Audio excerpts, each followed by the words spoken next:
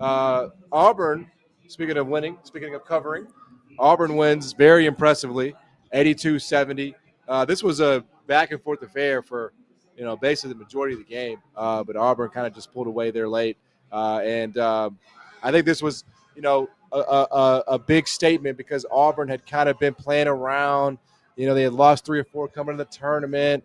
They didn't look great against Alabama State. So you said, all right, is this Auburn team going to be able to get back to the intensity they're playing with for so long this season? And I think by winning against a great team, obviously we know is super well coached, very talented, and you cover the number here, which I do think is important in terms of how you rate a performance. I thought Auburn said everybody needs to shut the hell up and slow down. We're still that team.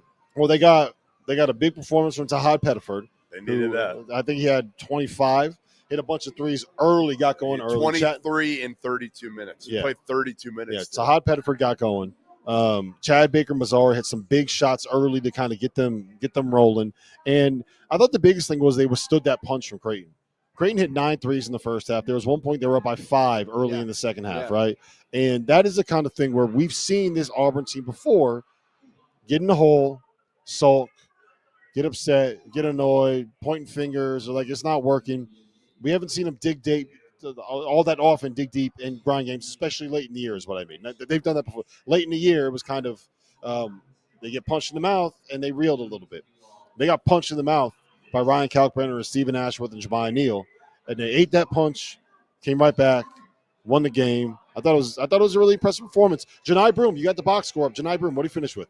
It was not good. Janai finished with 8 points, 4-13, 0 for 4 from 3, 12 rebounds. The big thing for me for Auburn, Kalkbrenner will get you, man. Kalkbrenner got a lot of people like that. The second half, they played like the Auburn team that we had seen earlier this season. The first half, they did not. They trailed going into halftime. Yes. So can they follow that up against Michigan? I want to see what they can do in Atlanta against a Michigan team that, frankly, their guards are much better. And if Pettiford can play like that, you know what it is though. You are forgetting the number one storyline in this game. And honestly, the more I think about this, man, this might be a bad sign for Auburn. Trey Donaldson? We got Danny Wolf against Dylan Cardwell. No, that's not it. Vlad Golden against Janai Broom, 2 mid-major fives. That's not it. The 2 big guys, 2 teams with 7-footers going against each other. That's not it. Let him cook. Chad Baker-Mazara coming off from bruising his bony ass, according to Bruce Pearl. No. Who has hit the game winners in the 4 of the last 5 games for Michigan? Trey. Where did he start his career? Auburn. It is the Trey Donaldson revenge game. The Trey Donaldson revenge game. If he hits a game winner against you better watch Auburn, out. We will have him on the field of 68. I will tell you that much. Yeah. I'll be there in Hotlanta, where Auburn has a major home court advantage. And let me just say before we move on to the break, shout out to Ryan Kalkbrenner. Oh, he's awesome. Great player for 5 years. Yeah. Right? Big East Defensive Player of the Year 4 times. I know it's tricky with the COVID year stuff. You know who the only other player to do that is, John? A man by the name of Patrick Ewing. Pretty good. Ryan Kalkbrenner built that defense that Creighton was. He did it in such a way, right? Like never wanted attention. Just did all the little things, great defensively.